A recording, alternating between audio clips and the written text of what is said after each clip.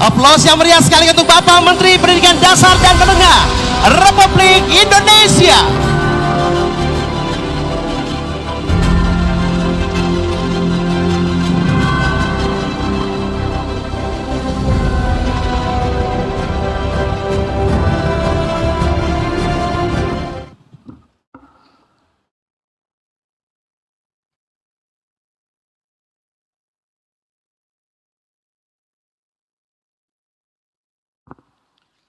Bismillahirrahmanirrahim. Assalamualaikum warahmatullahi wabarakatuh.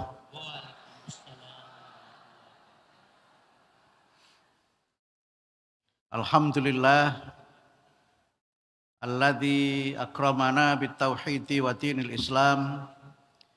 Wassalatu wassalamu ala Muhammadin khairil anam wa ala alihi wa sahbihi wa man tabi'ahum bi istiqamati ila yaumil qiyam. Amma ba'd. Qala Allah Ta'ala fil Qur'anil Karim, a'udzu billahi minasyaitonir rajim.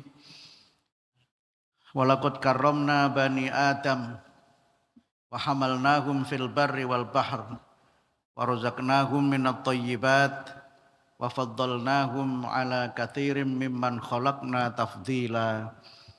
Shadaqallahul azim. Yang terhormat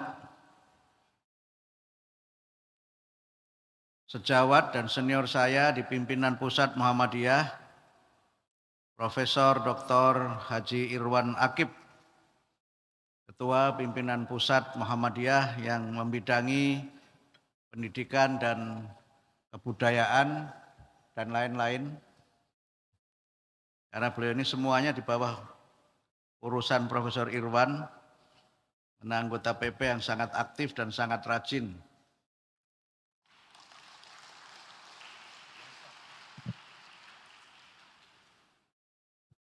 Profesor Irwan bersama saya hari Rebo di Jogja, kemudian habis itu di Surabaya, sekarang di sini, besok entah di mana lagi, saya tidak tahu. Jadi beliau ini termasuk, mohon maaf Prof. Ambo, kelompok jarum super. Jarang di rumah, suka pergi. Yang saya hormati dan yang terhormat, senior saya Profesor Ambo AC, MAG, Ketua Pimpinan Wilayah Muhammadiyah Sulawesi Selatan, Ketua Badan Pengurus Harian Universitas Muhammadiyah Makassar, Profesor Gagaring Pagalung, Direktur Pesantren Gombara, Dr. Insinyur Muhammad Saiful Saleh. Ini saya sebut lebih dulu dari Pak Rektor karena Pak Saiful ini lebih senior dari Pak Rektor. Nah, baru sekarang saya sebut Pak Rektor.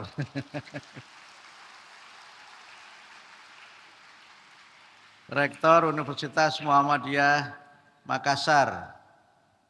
Ini sekaligus juga sekretaris PWM. Boleh saya tanya namanya siapa?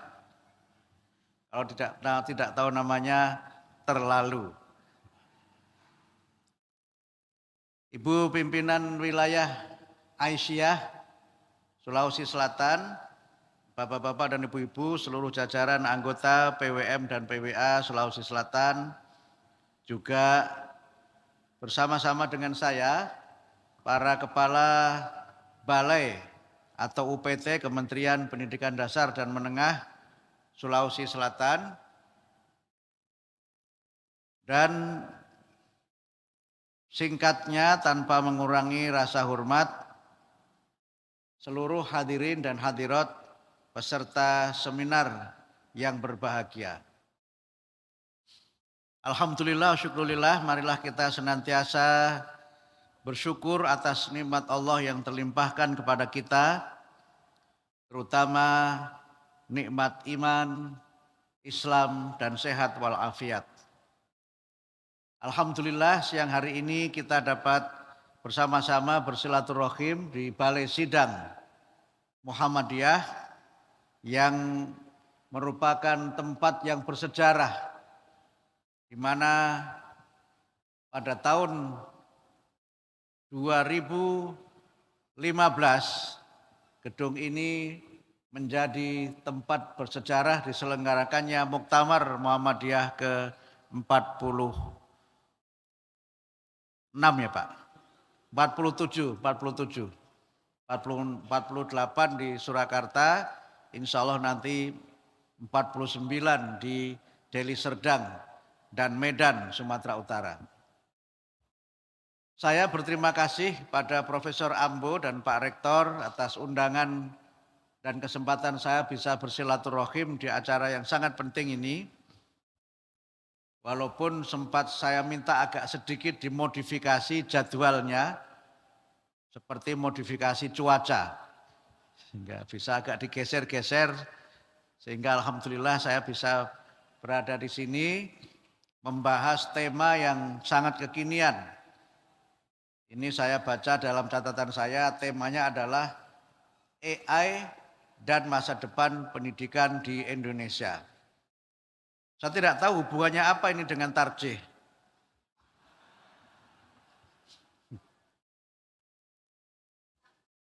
Tapi karena permintaan panitia seperti itu, ya sudah kita berusaha untuk menyampaikan tema ini secara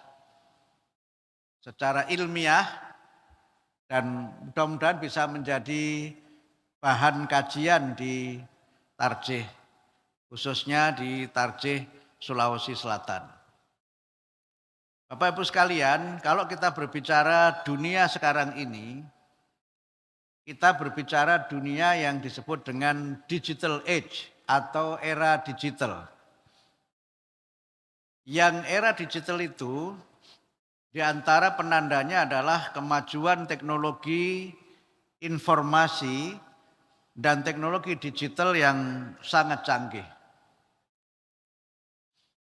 Teknologi 3D atau teknologi di mana kita semuanya banyak sekali bersentuhan dengan animasi dan berbagai hal yang dihasilkan oleh teknologi digital, kita memang kadang-kadang berada pada situasi yang tidak mudah untuk bisa membedakan mana yang otentik dan mana yang imitasi.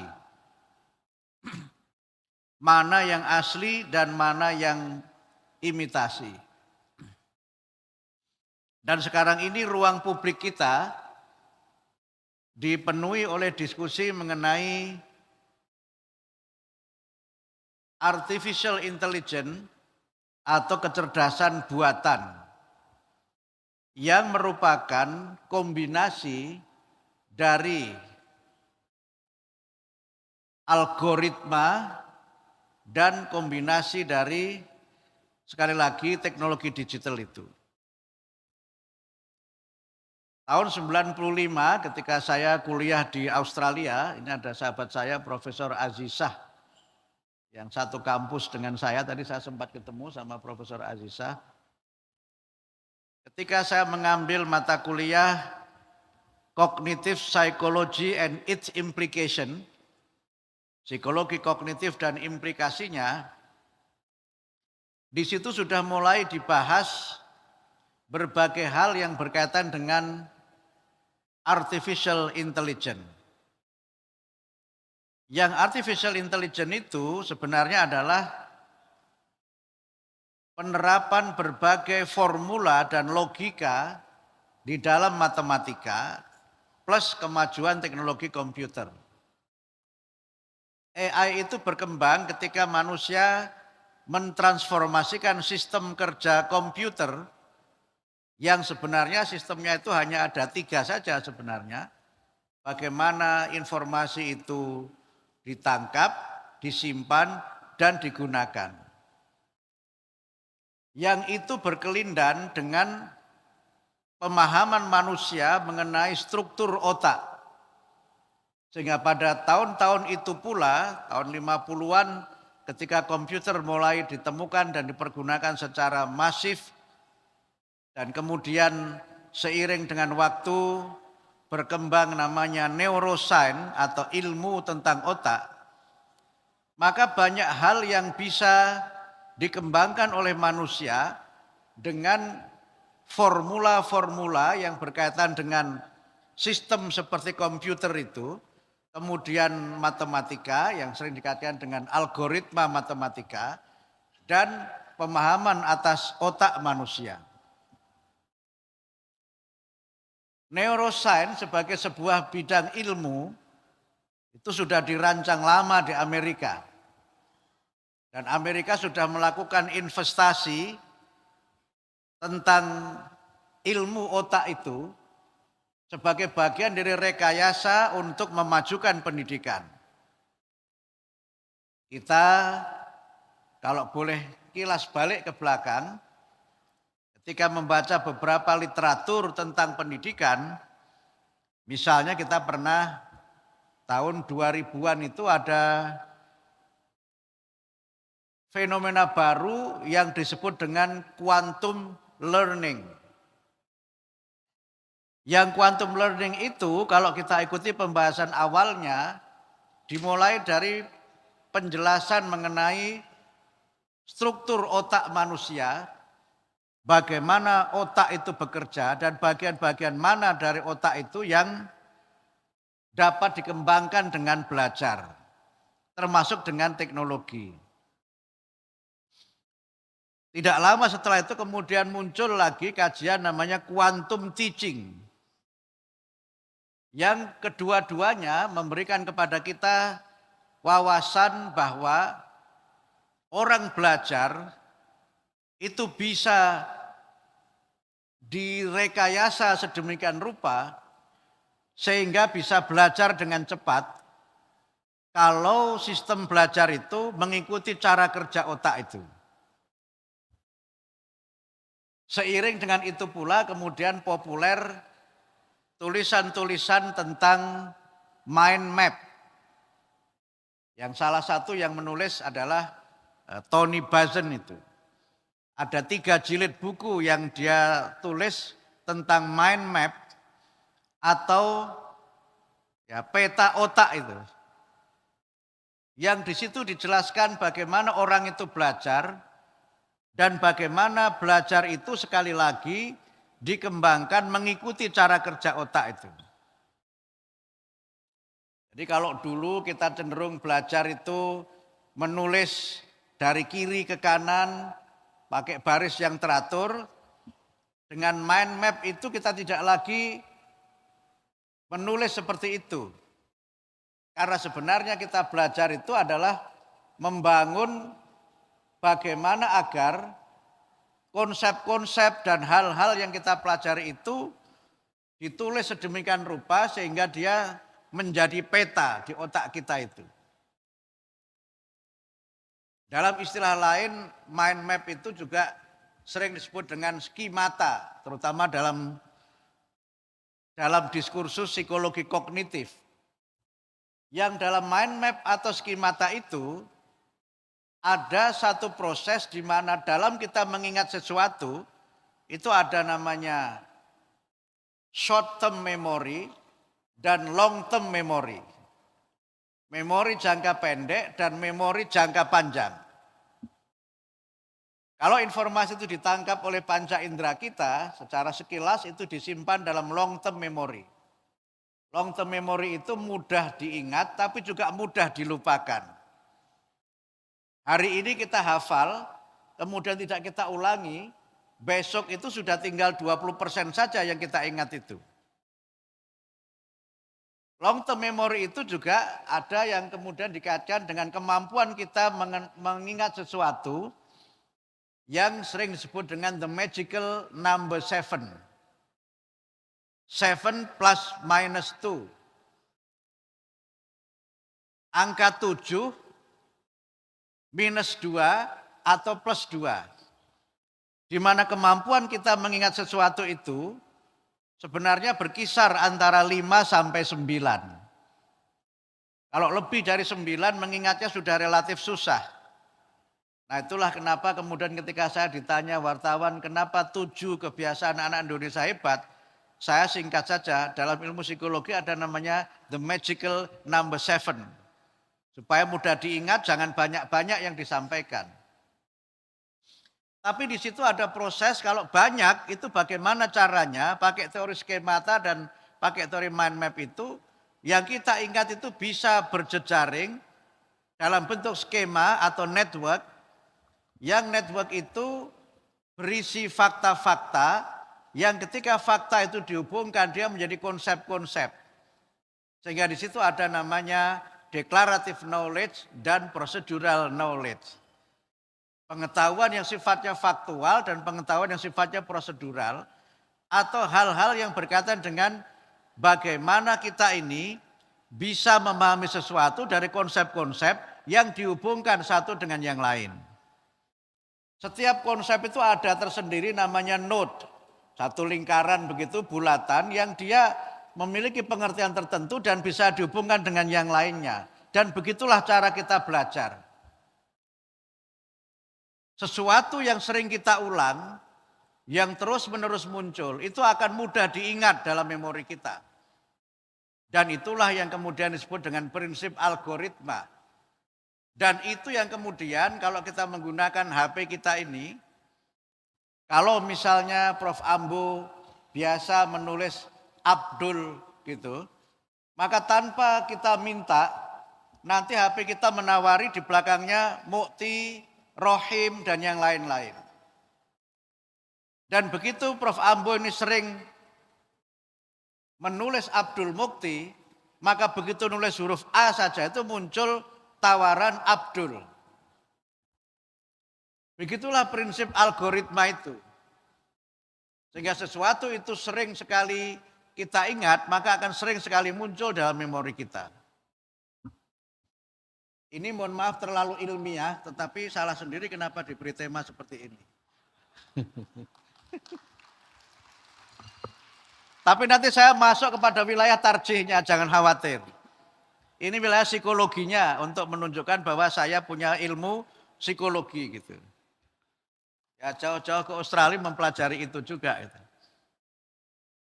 Bagaimana otak kita bekerja, bagaimana informasi itu kita olah, kita simpan, kita gunakan. Itulah rumusnya.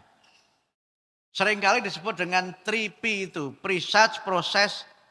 Jadi kita itu ada proses pre-search, kemudian proses dan produk.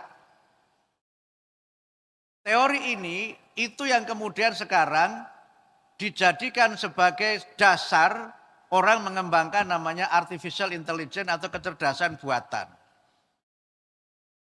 Yang kalau kita mencoba mengkaitkan dengan Al-Quran, nah sekarang saya mulai agak bicara dengan tarjihnya. Cara kerja AI itu, kalau kita pahami dari struktur Al-Quran, dan bagaimana sebuah konsep di dalam Al-Quran itu disebutkan, di situ sebenarnya kita menemukan dasar-dasar dari kecerdasan artificial dan dasar-dasar dari namanya mind map tadi itu. Salah satu ciri dari Al-Quran itu dari si strukturnya adalah tema-tema dalam Al-Quran itu tidak disusun secara berurutan. Dan tema-tema itu tidak disusun seperti kita menyusun naskah atau karya ilmiah. Jadi kalau misalnya bicara mengenai takwa, maka satu bab itu, satu surat itu isinya takwa semua. Tidak ada begitu. Tetapi setelah saya mencoba memahami dari berbagai referensi, saya awal-awal membaca bukunya Fazlur Rahman. Fazlur Rahman itu menulis buku judulnya Major Theme of the Quran. Yang sudah diterjemahkan ke bahasa Indonesia dengan judul Tema-tema Pokok Al-Quran. Di situ Rahman menjelaskan bahwa Quran itu tidak disusun dengan urutan yang sistematis. Tetapi Al-Quran itu, kata Fazlur Rahman, memiliki hubungan dari mulai Al-Fatihah sampai An-Nas itu berhubungan. Dan Al-Quran itu menjelaskan dirinya sendiri. atau self-explanation. Nah, saya akan masuk misalnya dari, sebutlah misalnya konsep takwa. Kalau kita mencoba mengkaji secara maudhu'i, pendekatan tafsir maudhu'i ini yang kemudian oleh Pak Quraisy dan beberapa ulama itu dikembangkan sebagai satu kajian dalam ilmu tafsir. Walaupun dari sekian banyak kitab tafsir itu yang saya temukan paling lengkap dan paling serius itu tafsir yang ditulis oleh ulama Syiah. Tafsir Nafahatul Quran, itu tafsir tematik, tafsir maudhu'i yang satu tema itu satu jilid. Bahkan khusus tema tentang imam itu sampai 2 jilid dalam tafsirnya itu. Tapi saya tidak akan bahas tafsir itu, nanti kita kembali ke tema utama lagi.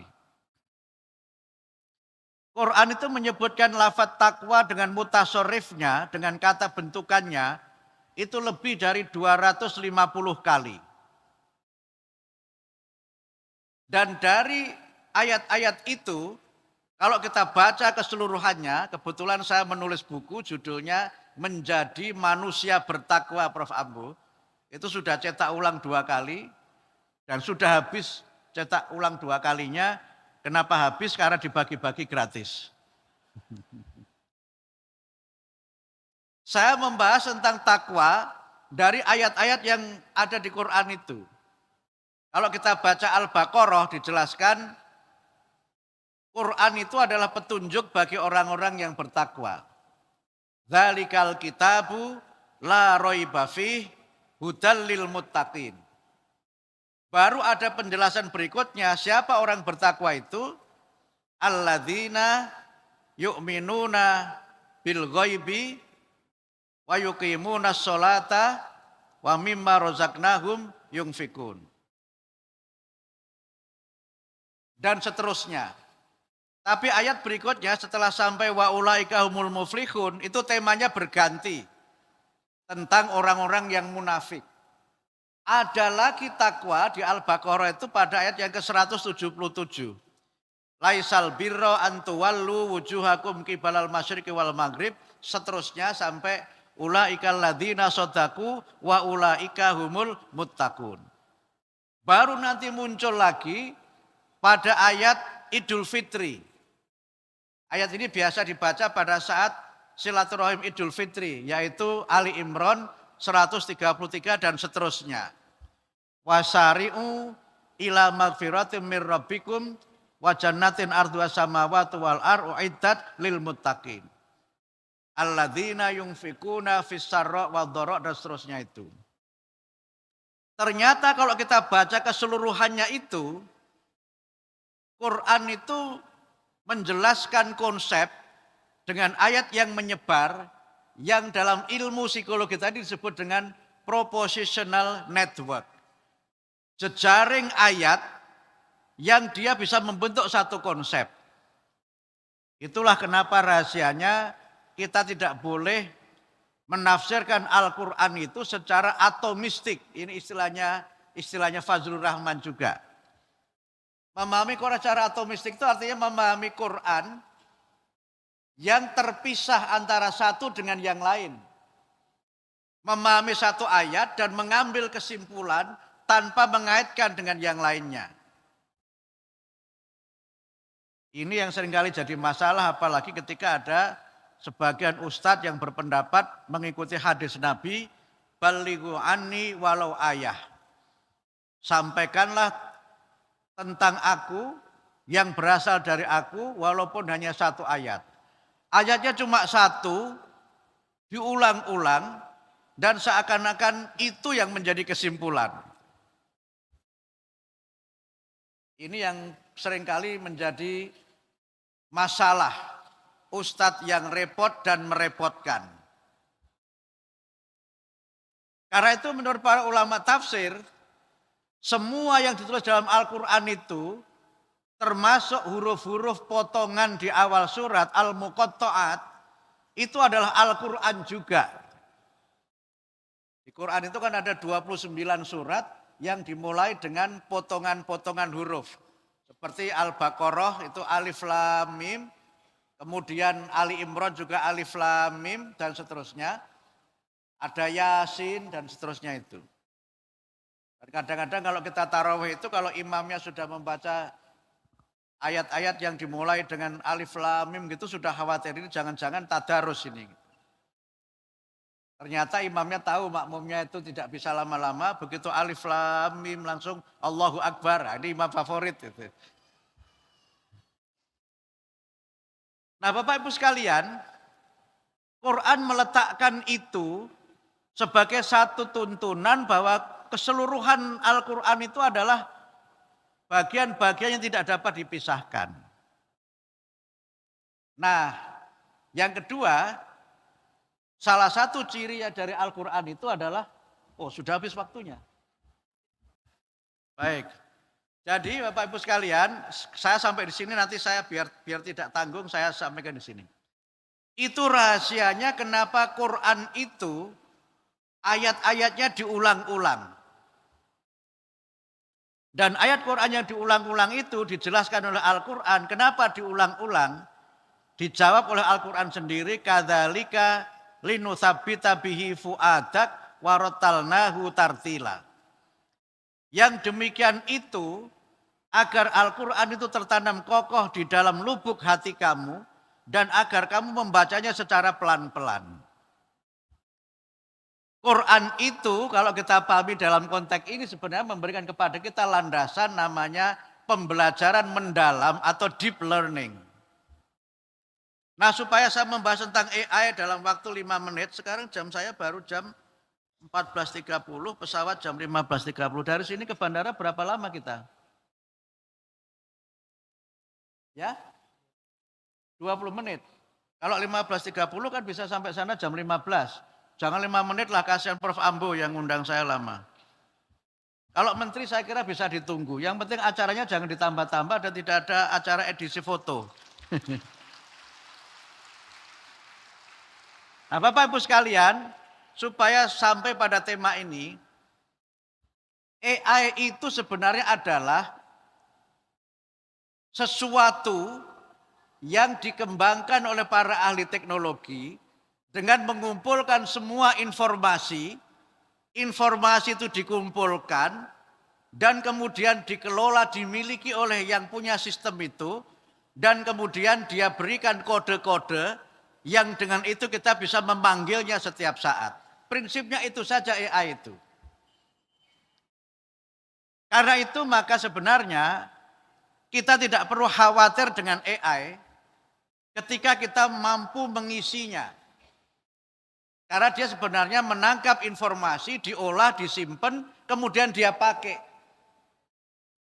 Dari mana data dia diperoleh?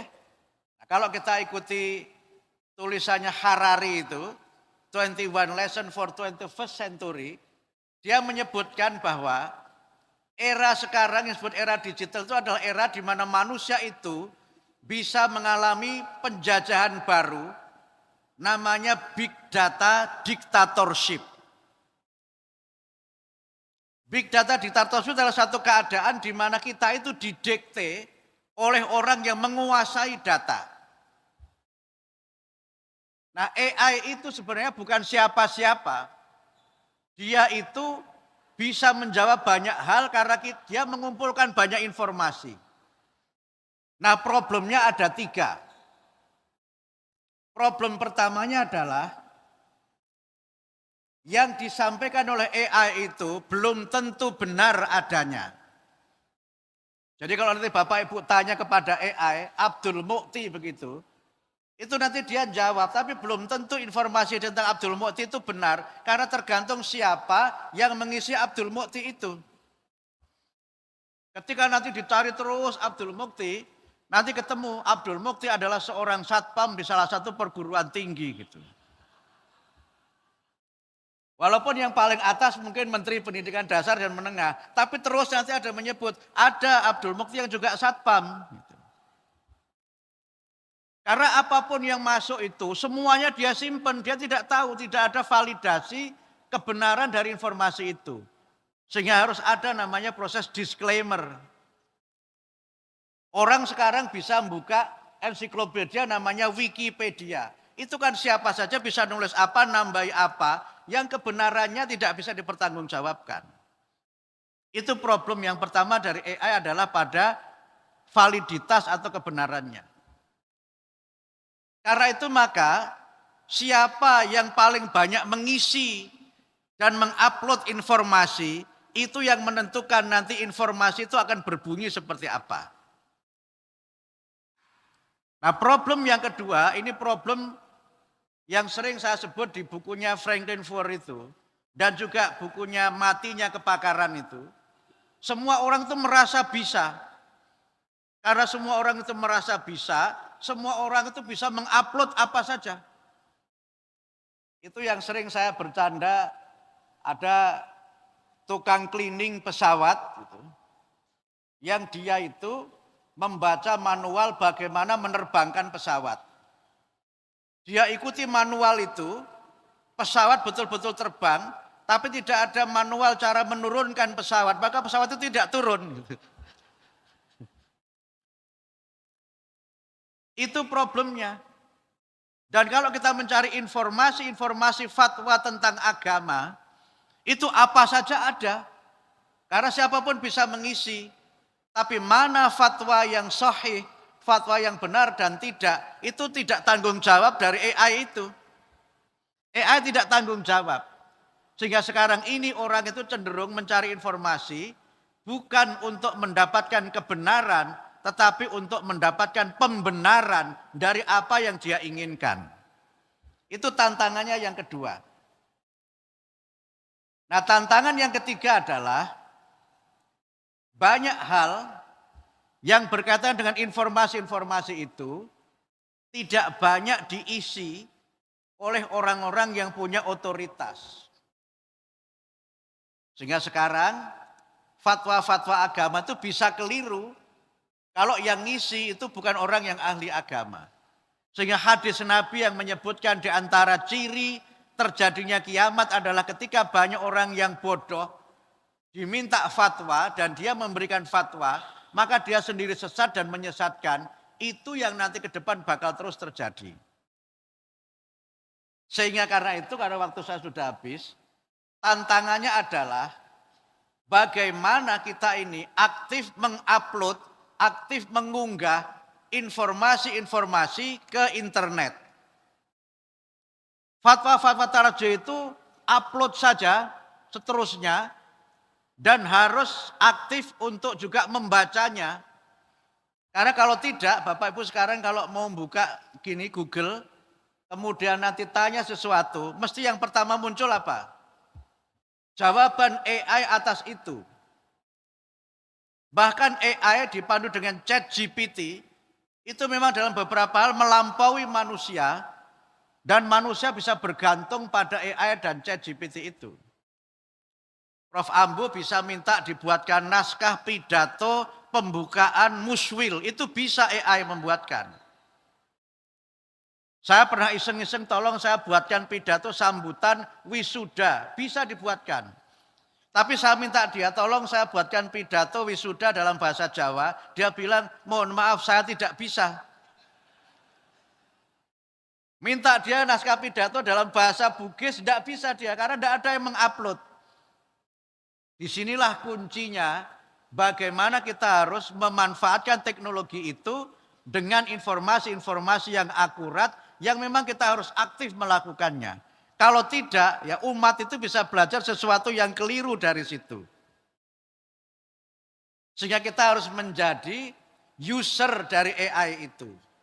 Harus menjadi pengguna dan juga menjadi produsen dari berbagai informasi yang kita tampilkan melalui AI.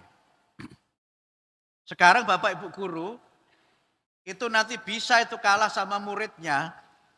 Apalagi kalau memang murid itu punya HP, yang HP seperti ini itu ada AI-nya. Ceramah saya ini bisa direkam dan langsung ditranskrip, sehingga murid tidak perlu mencatat ceramah gurunya itu. Gurunya menjelaskan berbusa-busa, muridnya cuma naruh saja alatnya di situ dan semua masalah selesai. Nah, disinilah kemudian kuncinya adalah bagaimana kita mengisi dengan hal-hal yang bermanfaat dan kita berusaha untuk menguasainya dan menggunakannya dengan tujuan-tujuan yang baik. Dan yang paling akhir Bapak Ibu sekalian, kita tetap harus sadar betul bahwa manusia itu tetap harus di atasnya AI. Saya ketika masa COVID dulu, wah kita itu kan tiba-tiba berubah dari dunia nyata ke dunia maya. Ya kan? Kita waktu itu kalau ada takziah itu takziah virtual. Tapi takziah virtual itu kan tidak hanya bisa takziahnya, tapi Zoom itu tidak bisa mengantarkan jenazah ke pemakaman. Tetap saja manusianya. Orang bicara mengenai metaverse yang mengagumkan itu. Kemudian orang berpikir bisa haji metaverse. Pakai alat, kemudian di alat itu nanti Ka'bah terlihat, dia tawaf muter-muter itu. Dia bayangkan itu namanya haji metaverse karena Ka'bah terlihat. Iya, tetapi masuk ini dianggap sebagai Ka'bah sehingga muteri mimbar seakan-akan dia sedang tawaf di depan Ka'bah. Itu namanya haji bingung namanya. Sehingga karena itu maka teknologi itu harus kita kuasai, tapi manusia harus kita buat lebih cerdas dari teknologi. Supaya apa? Supaya kita tetap bisa memandu umat dengan teknologi itu dan supaya manusia tidak menjadi budaknya teknologi. Saya kira saya harus berhenti sampai di sini Prof. Ambo, karena sudah dipelototi betul oleh protokol saya itu. Ini ajudan saya ini agak strik orangnya, apalagi dia polisi. Dan dia begini-begini, saya ulang berkali-kali, kalau dia begini itu artinya dua. Pertama waktunya habis, yang kedua ceramah saya bagus. Tuh. Ajudan saya ini alumni SMA Muhammadiyah di Semarang. Tapi belum pernah tahu juga ada balai sidang di sini, belum pernah tahu juga. Sekarang dia mulai paham ke Muhammadiyahannya. Jadi Bapak Ibu sekalian, saya kira itu bagian awal saja dari yang bisa saya sumbangkan untuk acara seminar tarjih ini. Tapi intinya adalah bahwa semakin banyak kita mengupload informasi ke media, khususnya media internet, makin banyak YouTube yang kita punya, makin banyak Facebook yang kita punya, makin banyak TikTok yang kita punya, itu caranya kita bisa menguasai informasi. Kalau kita tidak banyak mengisi itu, maka yang mengisi adalah orang-orang yang tidak punya ilmu, yang tidak bertanggung jawab, sehingga kata Nabi di dalam hadis tadi, dhollu wa adhollu. Dia sendiri tersesat dan menyesatkan orang yang lainnya. Dan agar itu tidak terjadi, sekali lagi, wahai para ulama tarjih, wahai para mubalik Muhammadiyah, wahai para netizen, aktiflah di media, mengisi informasi-informasi itu, supaya kita bisa memandu umat dengan informasi yang ada di internet, dan AI itu bisa membantu kita dalam mendakwahkan ajaran agama Islam dan memandu umat dengan paham agama sesuai dengan paham agama Muhammadiyah. Saya kira demikian dapat kami sampaikan. Mohon maaf atas segala kekurangan. Nasrum minallah wa fathum qarib wa basyiril mu'minin. Wassalamualaikum warahmatullahi wabarakatuh.